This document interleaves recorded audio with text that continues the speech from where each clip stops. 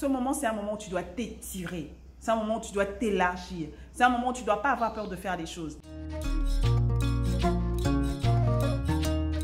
Bonjour, bonjour, bonjour. Bienvenue, bienvenue, bienvenue à l'Isolo Namila, cet endroit où nous travaillons pour devenir la meilleure version de nous-mêmes. Comment nous faisons? Tout simplement en échangeant notre expérience, nos compétences, notre vécu, nos réflexions, mais aussi notre connaissance. Nous sommes une communauté, nous sommes un cercle d'amis, nous sommes un village. Merci à vous d'être à nouveau avec nous pour cette vidéo. Si vous avez oublié de vous abonner la dernière fois, tu t'abonnes tout simplement et tu likes la vidéo ou tu dislikes si ma tête t'énerve. Parce que là, j'ai encore rien dit. Donc, si tu dislikes, c'est vraiment parce que ma tête t'énerve. Mais tu as le droit. Merci à ceux qui arrivent pour la première fois. Maintenant, tout ce que tu dois faire, c'est de t'abonner. Comme ça, tu ne rates plus jamais de vidéos de cette chaîne. Mais aussi, tu peux aller sur nos réseaux sociaux. Tu t'abonnes parce qu'il y a des posts que je peux faire là-bas. Ici, je vous adore, mais on est encore moins de 100. Je ne peux pas faire d'annonce, je ne peux pas faire de cartes, je ne peux pas mettre juste une photo. Donc, je le fais sur Instagram et sur Facebook. Merci d'y aller et de t'abonner et merci de faire partie de la communauté. Alors, parce que beaucoup d'entre vous ont demandé, en tout cas plusieurs, vous avez demandé que je fasse un résumé à chaque fois si possible de ce dont on parle dans les lives Instagram avec les invités. Parce que oui, tous les mercredis, on a un live Instagram à 9h30. Mon handle, vous le trouverez dans la vidéo, probablement en bas par là. Et tous les dimanches après-midi, on essaye, si possible, d'avoir un live avec un invité. Sinon, je fais le live seul, mais c'est souvent avec un invité. Et c'est un thème qui prolonge un peu. C'est souvent le thème du mercredi qui se prolonge vers le dimanche. Malheureusement, il y a des gens qui n'ont pas forcément la connexion nécessaire pour suivre tout le live ou qui n'ont juste pas le temps de suivre tout le live. Et ils ont dit, Mila, vraiment, on a besoin de savoir ce dont vous parlez dans les lives et tout, d'avoir genre un résumé qu'on peut regarder juste dans YouTube quand on a envie. Je me suis dit, bon, ok, vos désirs sont des ordres, cher ami. Donc, me voici avec le résumé du live que nous avons fait il y a quelques temps avec Larissa Diakanoa. Qui est-elle? C'est une spécialiste en communication. Je l'ai connue à l'école, way back. Et voilà, elle a fait communication, elle a été journaliste, elle a travaillé pour des agences de pub, elle a refait journaliste, mais maintenant elle est encore dans la communication. Donc voilà, c'est vraiment une experte du domaine. Mais là, on n'a pas parlé communication dans cette vidéo. On a parlé des leçons qu'elle a tirées d'une période assez compliquée de sa vie. Alors, qu'est-ce qui est arrivé? Story time, story time.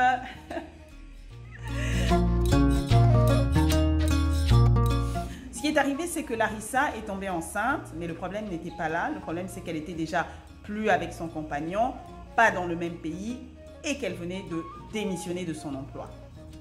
Voilà. Enceinte et au chômage, c'était le titre de la vidéo. Vous pouvez trouver tout le live sur notre chaîne YouTube. Je vais le mettre en carte. Je vais le mettre en carte ici en haut. Enceinte et au chômage. Vous pouvez voir tout le live si vous voulez, voir les réactions des gens et tout ça parce que ça édifie vraiment. Le bon côté du live, c'est qu'il y a toutes les réactions des gens et ça vous apporte aussi quelque chose. Comme je disais, nous sommes dans une dynamique d'échange et voilà. C'est bien aussi d'être là, de participer et tout. Mais si vous ne pouvez pas, c'est pas grave, on est là, easy peasy, on prend notre thé, on prend notre eau, on prend notre popcorn et on écoute. Donc, Larissa est tombée enceinte, 25 ans, sans emploi et sans compagnon. Et c'était une période assez difficile de sa vie. Mais en fait, quand on s'est parlé, on s'est rendu compte qu'elle a tiré des leçons de cette période et elle a mené certaines actions qui lui ont permis de bien vivre cette période. Et c'est de ces leçons qu'on va parler. Et moi, voilà, je vais parler des actions que j'ai estimées tirer, qu'elle a prises et qui, moi, sont des leçons pour moi. Donc, on commence par les 3 leçons que Larissa a tirées de la vie. Voilà, les 3 leçons qu'elle a tirées de cette période sombre et qui peut t'aider, toi qui es enceinte et sans emploi, qui peut t'aider, toi qui es dans le mariage et sans emploi, qui peut t'aider, toi qui es juste seul mais sans emploi. Mais aussi, je voudrais juste nous rappeler que nous traversons une crise mondiale sanitaire, une crise qui frappe tout le monde et rien n'est simple. Et pour d'autres gens, c'est beaucoup plus difficile que pour certains. Et si cette crise te frappe vraiment, surtout du côté financier ou du côté professionnel, même du côté humain, ici tu as des réponses. Tu as des réponses, tu as des leçons que quelqu'un d'autre a tirées avant toi et qui vont t'aider à bien vivre ce moment et à rebondir. Donc, reste avec moi. Entre-temps, si tu aimes cette vidéo, n'oublie pas de mettre un like. Si tu n'aimes pas, n'oublie pas de mettre un dislike et de me dire pourquoi. Comme ça, je saurai m'améliorer. Abonne-toi à la chaîne s'il te plaît et demande à d'autres gens de s'abonner parce que plus on est, plus on apprend, je pense, de notre communauté, hein, des uns des autres. Donc on y va, les leçons. La première leçon que elle a tirée, c'est qu'il faut être bien entouré. Pourquoi? Parce que Larissa avait une mère, oui, elle a perdu sa mère il n'y a pas très longtemps. Elle avait une mère formidable. En réalité, il faut que je vous explique. Au Congo, en tout cas du temps où elle était tombée enceinte et avant, maintenant ceux qui sont au Congo, Kinshasa, dites-moi si c'est toujours le cas. Une fille qui tombe enceinte sans être mariée, on avait l'habitude d'aller la laisser chez son compagnon ou la famille de son compagnon pour qu'elle ait son enfant là-bas et tout ça, et après elle revenait en fait. L'idée, je pense, c'était d'abord de punir la fille et tout ça, genre ouais, tu vis plus chez nous là, entre guillemets, je pense. En tout cas, c'est comme ça que les jeunes filles les ressentaient. Mais je pense aussi que l'idée, c'était de donner la charge financière et même sentimentale, affective et tout ça, hein, parce que c'est pas évident une grossesse au compagnon, donc le rendre qu'il soit responsable de ses actes, entre guillemets, je pense. Alors, ceux qui sont un peu plus vieux, dites-moi si j'ai raison, et ceux qui sont à Kinshasa, dites-moi si ça se fait toujours. En tout cas, la mère de Raissa, elle s'est dit qu'elle allait rester avec Raissa, donc elle lui a dit non, non, non, non, déjà ton compagnon n'est pas, enfin ton ex-compagnon n'est pas là dans le pays, donc je vais pas aller te laisser là-bas, donc elle est restée avec elle. Et elle a dit, tu es ma fille et tout, je vais voilà, te prendre en charge et surtout t'aider, genre être là quoi, affectueusement, être là sentimentalement et même l'expérience d'une mère. Donc elle est restée avec sa mère et ça l'a beaucoup, beaucoup, beaucoup, beaucoup aidé sur plein de plans.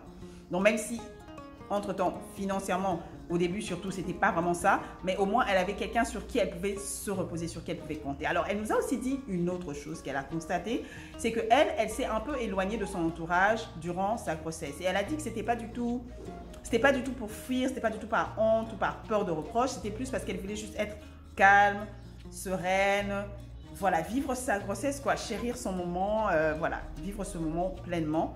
Et du coup, elle s'est un peu éloignée, mais ce qu'elle a constaté, Dieu merci, et j'adore cette partie, c'est que quand elle a eu son enfant, mais ses amis l'ont inondée d'appels, genre ouais ça va, tu veux qu'on vienne avec quoi, nanana. Ils sont venus la voir, ils lui ont donné des cadeaux, donc ils étaient là en fait, ils étaient là genre en mode, ok, elle veut un peu de distance, elle veut la paix, elle veut un peu d'air, pas de problème, et nous on est là, genre dès que, allô, et c'est cool, elle a dit qu'elle a vraiment adoré, donc elle a dit en tout cas qu'il ne faut pas s'éloigner des gens, c'est possible, et qu'elle a apprécié le fait que malgré son absence, malgré son retrait, ses amis étaient toujours, en fait, l'avaient gardé dans le cœur, avec loin les yeux près du cœur, et elle a vraiment apprécié. La deuxième leçon que Larissa a tirée de ce moment assez sombre de sa vie, c'est qu'il faut garder les pensées positives. Il ne faut surtout pas ruminer les pensées sombres. Elle a dit que vraiment, elle, ça l'a aidé à ne pas perdre la tête carrément. Et moi, ce que je faisais, c'est que je lisais beaucoup. Je suis quelqu'un qui lit déjà beaucoup. Alors, je lisais beaucoup et j'écrivais. Je viens de retrouver d'ailleurs un carnet où j'écrivais une sorte de journal, quoi. J'écrivais mes pensées, où j'écrivais des poèmes, j'écrivais plein de choses. Et j'écrivais énormément. Donc même ma mère me disait, mais qu'est-ce que tu fais? Tu écris quoi? Qu'est-ce que tu écris? Je disais non, j'écris. Je disais, tu sais que j'adore écrire. Elle a dit, oui, on te connaît, mais là tu écris. Même là, tu écris. Oui. D'accord, je vais penser à le faire. Et alors, il y a aussi la musique. J'écoutais beaucoup de musique, je chantais. Moi, j'ai chanté à la chorale. Donc là, je passais mon temps à chanter. Et je me rappelle même ma mère qui me disait, toi là, tu vas finir par avoir un chanteur si tu continues. Et je riais, et je disais, bon, c'est pas mal là. Ouais, elle me disait ça, elle me disait, tu vas finir par... Ouais. Je me disais, c'est pas mal s'il devient chanteur. Et c'est vrai qu'aujourd'hui, il aime beaucoup la musique. C'est quelqu'un qui aime beaucoup la musique. Peut-être que ça a d'une certaine façon. La troisième leçon que Larissa a appris de cette période sombre de sa vie, c'est qu'on a des talents et on peut vivre de ses talents. Elle était journaliste. Elle avait quitté son emploi, elle voulait chercher mieux, mais elle a appris qu'elle était enceinte. Donc voilà, elle était enceinte et sans emploi. Que faire? Elle s'est rappelé qu'elle avait, dans ses derniers moments de journalisme, posé la voix sur certaines pubs. Donc elle savait qu'elle savait utiliser sa voix et qu'elle pouvait utiliser sa voix. Elle s'est rendue dans des agences de pub et elle a commencé à proposer ses services. 1, 2, 3 et ça a pris. Finalement, elle a dit qu'à un moment donné, elle s'est retrouvée à Kinshasa. Il y avait plein de publicités où c'était elle qui avait fait la voix.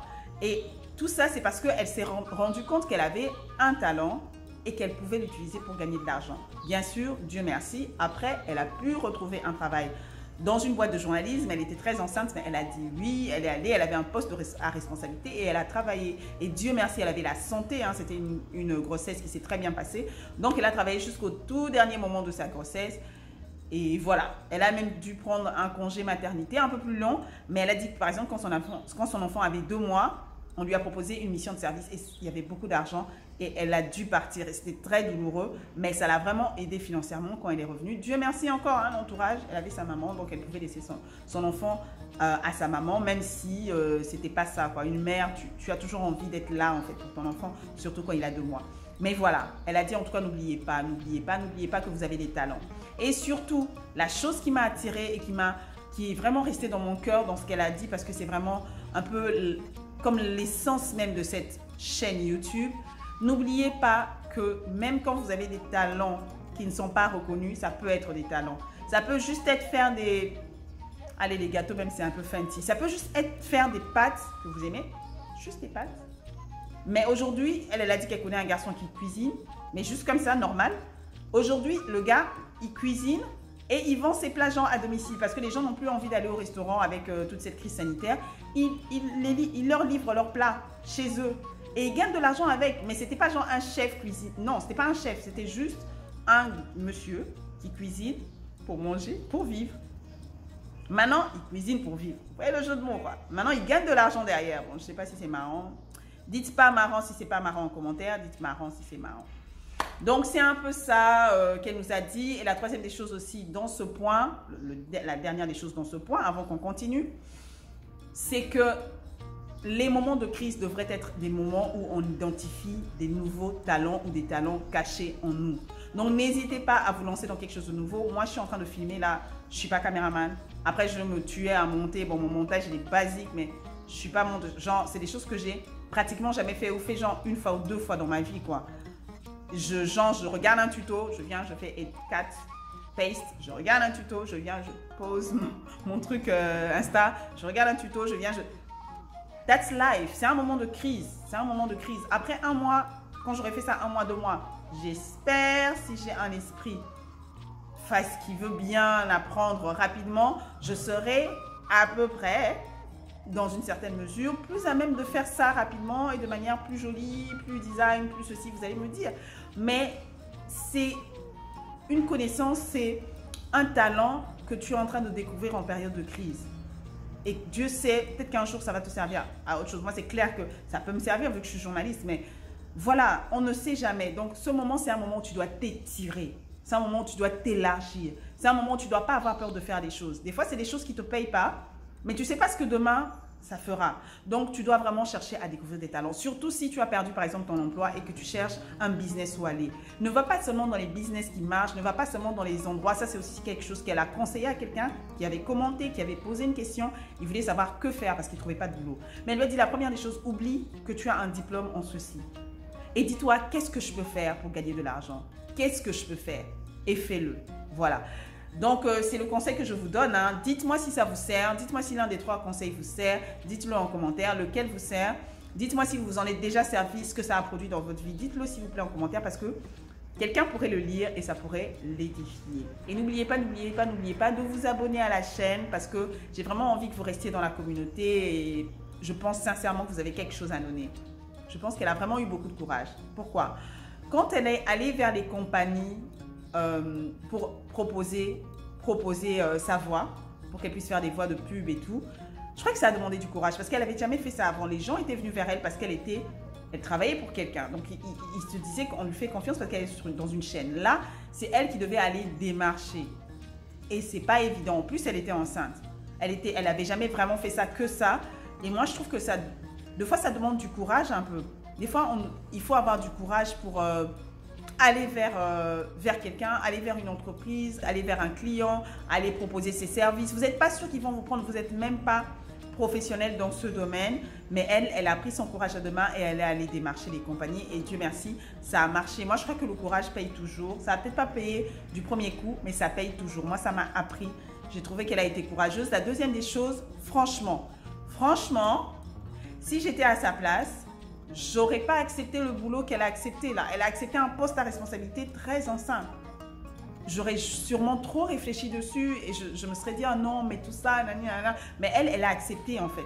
Elle a accepté, elle a dit qu'elle a travaillé comme tout le monde. On lui a donné la possibilité de travailler un peu moins, d'alléger ses horaires, mais elle a dit qu'elle a voulu travailler comme tout le monde. Et ça, j'ai trouvé ça courageux. Il faut parfois, il y a des situations dans la vie où les opportunités viennent, mais on n'a juste pas le courage de les saisir. Parfois, là, franchement, moi, je me serais dit, mais je vais en congé de maternité dans 2 mois, 3 mois. Mais elle n'a pas vu ça. Des fois, on peut se dire, mais j'ai pas les qualifications, pourquoi il vient chez moi? Des fois, on se dit, je suis pas au bon endroit, genre il faut que je quitte mon pays pour aller dans tel pays, il faut que je prenne un visa, je sais même pas comment faire, j'ai pas de billet d'avion, c'est trop compliqué. Et si on me donne pas le visa, genre, et si on te le donnait, commence d'abord par aller demander, non? Tu crois pas? Voilà, donc je pense que vraiment il faut ce courage-là. On a tellement de raisons, on se donne tellement de raisons pour ne pas faire quelque chose, pour ne pas accepter quelque chose. En fait, on se dit, on n'a pas envie de décevoir la personne qui nous approche et qui nous a fait confiance. Mais moi, je pense que si la personne vous a approché, c'est qu'elle a vu que vous avez quelque chose. Cette chose-là qu'elle cherche. C'est peut-être pas le diplôme, c'était pas les compétences, mais en tout cas, vous avez quelque chose qu'elle recherche. Donc, dites juste oui. Voilà, c'est la fin de cette vidéo. J'espère qu'elle vous a plu. J'espère que vous avez tiré quelque chose. Si vous avez tiré quelque chose, likez et dites-moi ce que vous avez appris dans la section des commentaires. N'oubliez pas de la partager à quelqu'un à qui ça va faire plaisir, quelqu'un que ça va encourager, quelqu'un que ça va booster. S'il vous plaît, faisons-nous du bien les uns les autres. N'oubliez pas la philosophie de la chaîne, c'est aussi d'être gentil envers soi-même, d'être gentil avec les autres. Si vous êtes malade, sachez que vous allez aller bien. Pensées positives et prières, nous vous aimons, vous êtes important pour nous. Si vous allez bien, continuez comme ça, prenez soin de vous, ne sortez pas, lavez-vous les mains. Voilà, la vie est belle, ne l'oubliez pas, je vous souhaite une belle journée, une belle semaine. Je vous aime, au revoir. Enfin, avec mes abonnés.